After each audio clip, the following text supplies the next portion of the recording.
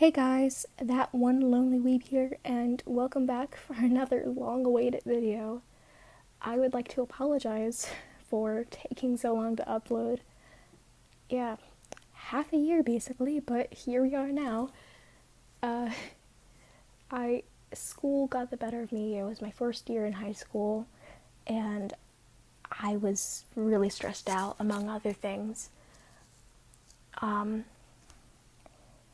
And this quarantine has given me some time to think about what I've been doing, what I want to do, and it's given me more time to just try new things as a person, do new things as a person.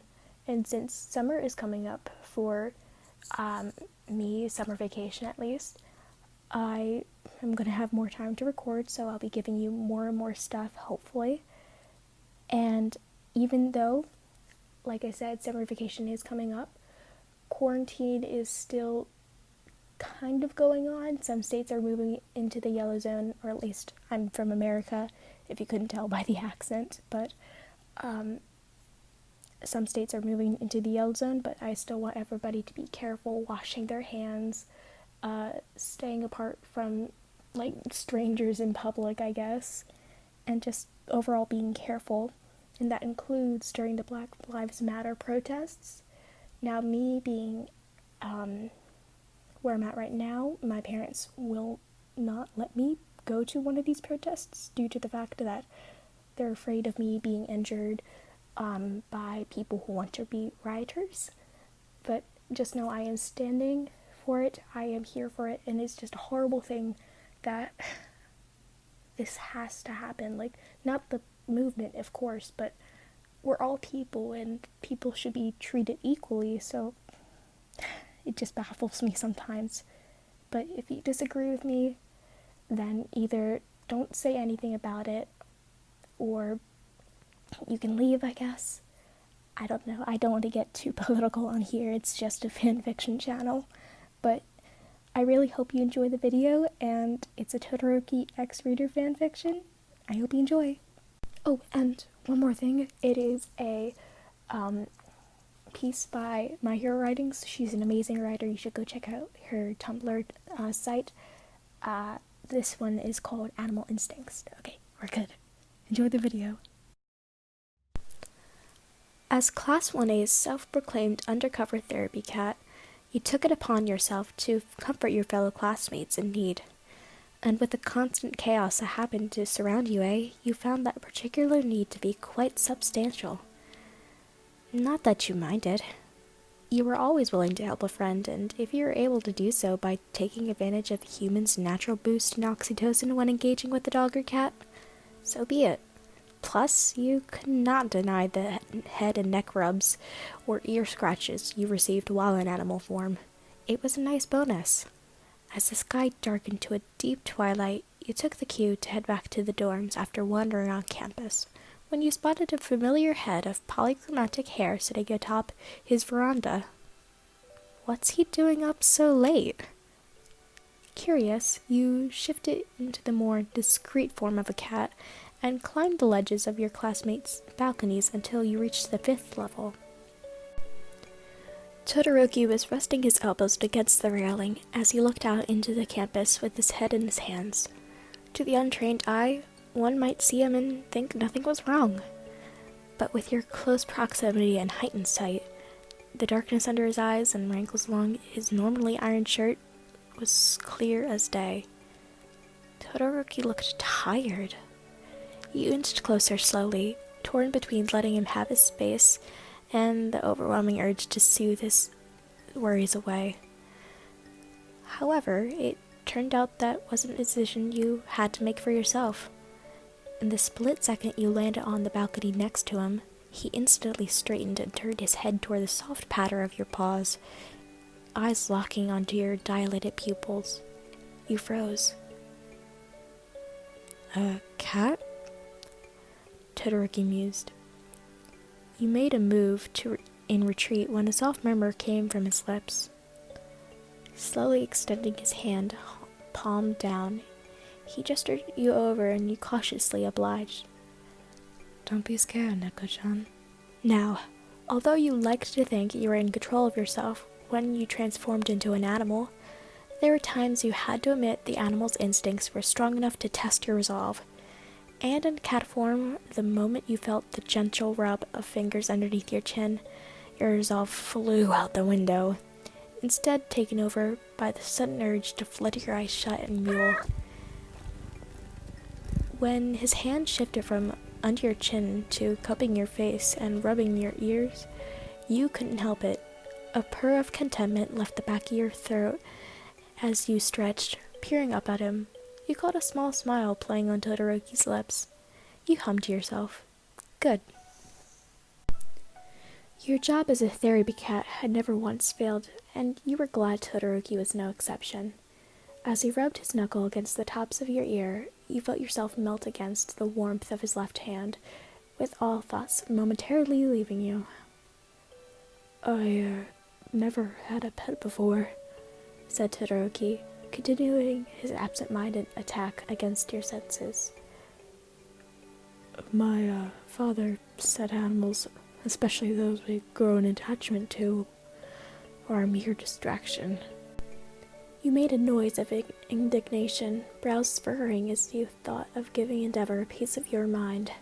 He huffed in what you thought was a sound of amusement before smoothing out the wrinkle on your forehead. Endeavor was tyrannical like that. He never exactly cared for what I wanted, only what he thought his optimal tool needed. With wide eyes, you blinked up at him. Todoroki had a hardened look on his face as he stared out the veranda. Slowly, he moved you closer to his chest, cradling you with one arm while stroking your tail with the other. You expected his torso to feel warm despite his lack of proper clothing because of his quirk, but he felt surprisingly cold. Todoroki's quirk may be half cold and half hot, but you could understand how regulating his body temperature when fatigued and distracted could be difficult. Get some rest, you wanted to say while smothering him in blankets. Instead, you wriggled your way out of his arms and leaped onto the floor, pulling at the leg of his pants with sharp teeth. When he glanced down at you, you tugged the fabric in the direction of a storm, quickly releasing him and stalking over to the sliding doors. You want to go inside? Said Todoroki, picking you up and entering his room. You're a pushy kitten, you know? Cat, not kitten, he thought crossly. It took a lot of work for you to grow from a kitten to a cat. You bristled in his arms, mildly insulted. He walked over to his futon and leaned against the wall, the whole time scratching the top of your head with small movements of his fingers. Your earlier irritation melted away as Todoroki gave you a pat. For someone who had never had a pet, he was quite good with animals. I never knew how relaxing this could be, he said as he toyed with the ends of your raised ears. Midora told me this helped relieve stress, but I didn't expect it to be this effective. Yes, the undercover therapy cat strikes again. You sighed in contentment. His voice deep and constant stroking was almost enough to put you asleep. A few moments of silence passed, and you could feel Todoroki's breathing slow into a steadier pace. You thought he dozed off when he remarked, My father said he's trying to be better. Your ears flattened. Todoroki had never confided in you, about his family before. What if he found out the cat was you and resented you for it? Ever since All Might retired, Endeavor has been trying to be an actual dad to my siblings and I can see he really is doing his best. He leaned his head against the wall with a slow exhale. But sometimes I wonder if I can ever really forgive him.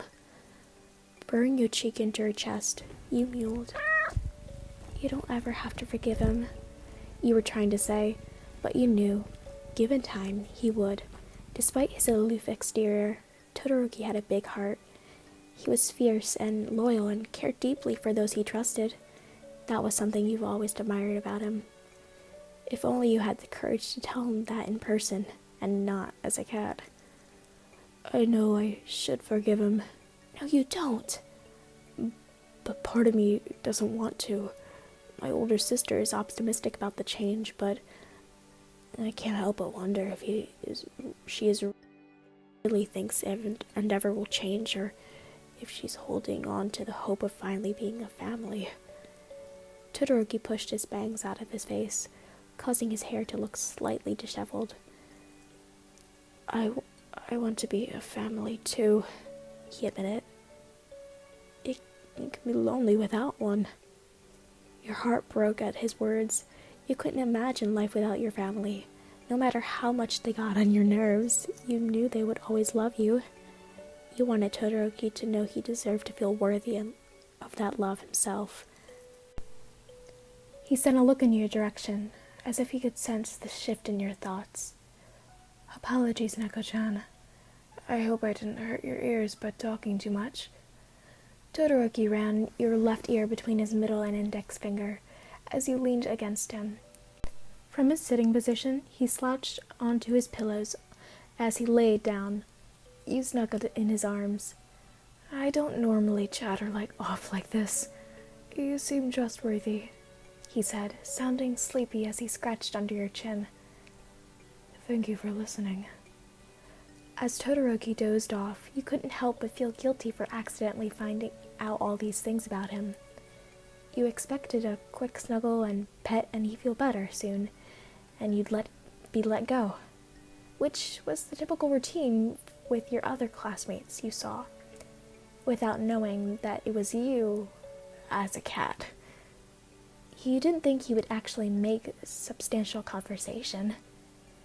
Worried with guilt gnawing at your stomach, you slipped out from his embrace and hopped off the futon. You would have loved to tell him the truth, you decided, even if you meant your undercover game would be up. Tomorrow, you thought to yourself. Right now, Todoroki looked peaceful, and you knew he needed to rest. Quickly switching back into your normal human form, you pulled the covers over sleeping Todoroki and bade him a smile and good night before slipping out of his room. You would tell him the cat he poured his secrets out to was you. Tomorrow. Are you sure this apology gift is good enough? You asked Uraraka, wringing your hands as she exclaimed freshly baked brownies in a decorated gift wrap. Whipping away the crumbs from her face, she nodded feverishly. Better good than enough. They taste amazing. You smiled in gratitude. After thinking all night about how to confront Todoroki, you decided on an apology gift would be the best. Plus, you did recall him taking a particular liking to your mom's fudge brownies that you shared with your friends once during lunch. There was no way you could go wrong with a rich, chocolatey treat.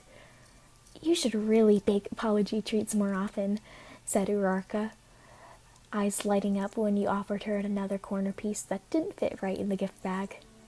I'm glad you like them, you said with a small laugh. I hope Todoroki will think that they're okay. She responded with an enthusiastic affirmation. You couldn't quite decipher with the food in her mouth. When she finished the piece, she tried again. He'll love them. Whatever you're apologizing to him for, I'm sure he'll be forgiven with all these brownies. I'll know it. Though Uraraka's certainty brought a great deal of comfort to your endless worry, nerves still festered in your stomach. Cleaning up the last of the mess from your baking escapade, you thank Ochako once again for trying the brownies and gathering the courage to head up to this boys' side of the 5th floor. Stop fretting, your name-chan, she called to you as you neared the opposite elevators. Todoroki values your friendship too much to let anything come between it. There's no need to worry. I hope you're right. You bite the inside of your lip as you carefully smoothed out the already pristine gift bag. Thank you, Ochako. She waved you off as the elevator door began to shut. Please. All I did was try what you made. This was all you. Now go make up with Shota-kun. He sent her a thumbs up and a grin before pressing the button on a fifth floor control panel, hoping the momentary confidence boost from Uraraka's words would last. Taking a deep breath as the elevator dinged open, he walked down the hall in the third dorm room and knocked on Todoroki's door. You really hoped he liked the brownies. He heard footsteps getting louder as you tried to ignore the way your stomach churned when the door cracked open. Your last name? Hi, Todoroki, he said with a small smile. Do you have a moment to talk? He tilted to his head to the side in confusion, but then opened the door wider to allow you in. Of course. Is something troubling you? Walking inside, he led you to the mat on the side of the floor and sat down. When you stayed back near the doorway, Todoroki looked back with a slightly furrowed eyebrows. Hey, your name? Shaking your head, you brought yourself out of your thoughts and followed behind him. Sorry, You fumbled with the gift bag in your hands before extending your arms to him, brownies resting in your palms as you bowed your head. I need to do something. You could have sworn you felt the temperature in the room rise, but you were too afraid to look up and check. You made me something? Todoroki said quietly. You nodded, bracing a look at his face. Your expression instantly softened. His gaze was locked onto the baked goods, and his right hand raised slightly near his right side, almost unsure of what to do. They're brownies. I remember you liked the ones I brought from home, so I asked my mom for the recipe, you said, fighting off the blush that was creeping up to your cheeks when you noticed Todoroki's unwavering stare. They might not taste as great, and they might be a little... Thank you. You blinked, startled at his firm tone. It means a lot to me. Oh! This time attempting to stop the heat from spreading was futile. I'm glad. Slowly he took the gift bag from your hands, the tip of his pinky brushing against the center of your palm. You both jolted at the spark. With his face still tinged a shade of pink, Todoroki was the first to recover. You said you wanted to talk? He asked with his voice raised an octave. Right. I wanted to apologize, actually. He set the brownies on his work desk with a gentle care. Once satisfied, he turned back to you. Apologize? Todoroki repeated. What for? You shuffled your feet, playing with the loose thread on your skirt. I've been keeping something from you. His mouth opened. Scratching back of your neck, you continued. Well, I suppose I've been keeping something from all of you guys. Your eyes darted around the perimeter of his room. I didn't think it was a bad thing. I was only trying to help. But then I heard some things that I wasn't meant to, and I realized maybe I was overstepping on people's boundaries, and... You broke off at Todoroki's confused look, taking a deep breath to catch your thoughts. You remember the cat from last night? You tried again, only this time hopefully much more confident. Yes, he said with a slow nod. Well, that cat was me. Todoroki blinked. I didn't mean to trick you or anything. I was just walking around campus, trying not to get caught. Then I saw you on your veranda, and then you looked so sad. You blurted, staring at him with wide eyes. I just wanted to help you feel better, and what better way to do that than let you pet a cat? Everyone feels better after petting a cat. That's what my mom tells me, at least. And our classmates seem to agree, though none of them knew it was me as a cat, and now you do, and I'm sorry I didn't tell you sooner. I hope you can forgive me. Sucking in a breath after your long-winded monologue, you waited tensely for his reply. I already know. I know, I should have told you before, and I...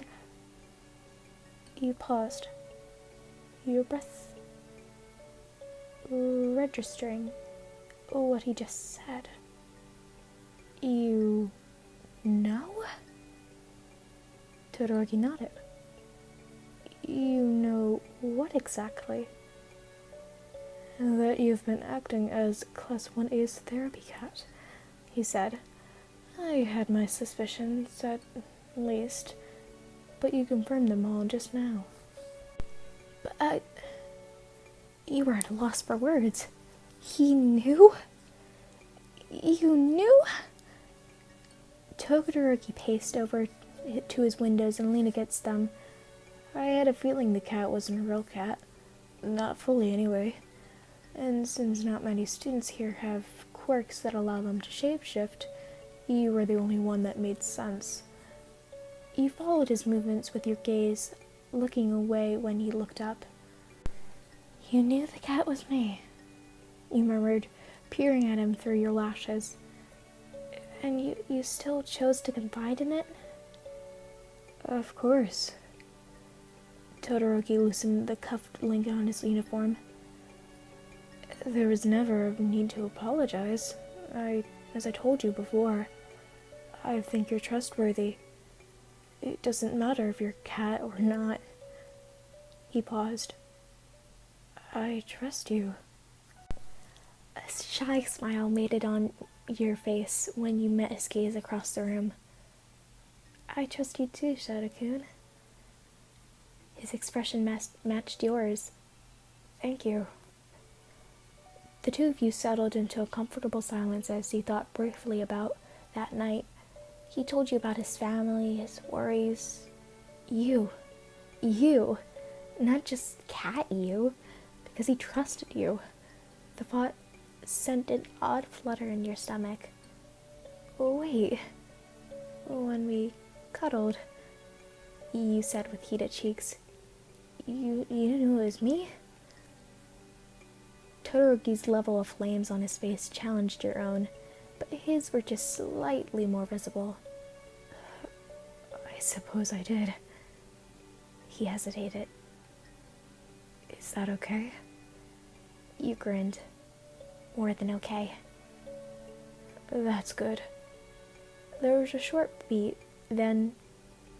Would you like to share the brownies with me sometime?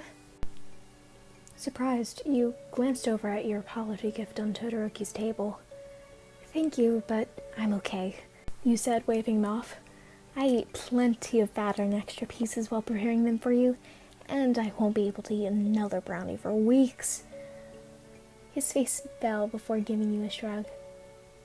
Oh, that's too bad. Maybe we should get some food to eat instead. Did he not want the brownies? You fretted. You nodded adamantly, shaking off the thought. What mattered was that he accepted your apology, and that he was never mad in the first place. Sure, Doria, Ayama, and I were going to head to the dining halls if around 7 if you wanted to join. Todoroki blinked once, then again, his hair falling in front of his eyes.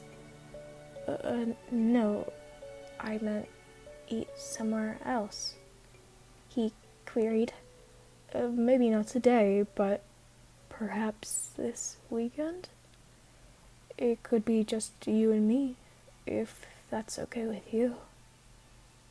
You quirked your head to the side. Was he trying to... Shadow-kun, you said, trying to hide a mixture of excitement and amusement and happiness bubbling in your chest. Are you trying to ask me to go on a date with you? Todoroki exhaled, a small cloud of frost sounding almost revealed at your words. I'm trying to, yes. With a split second, he appeared in front of you, leaning down so he was level with your gaze. Will you go on a date with me, your name? Yes, you beamed, having the sudden urge to jump around the room. Of course, I would love to. His eyes fluttered shut before giving you a dimpled grin of his own.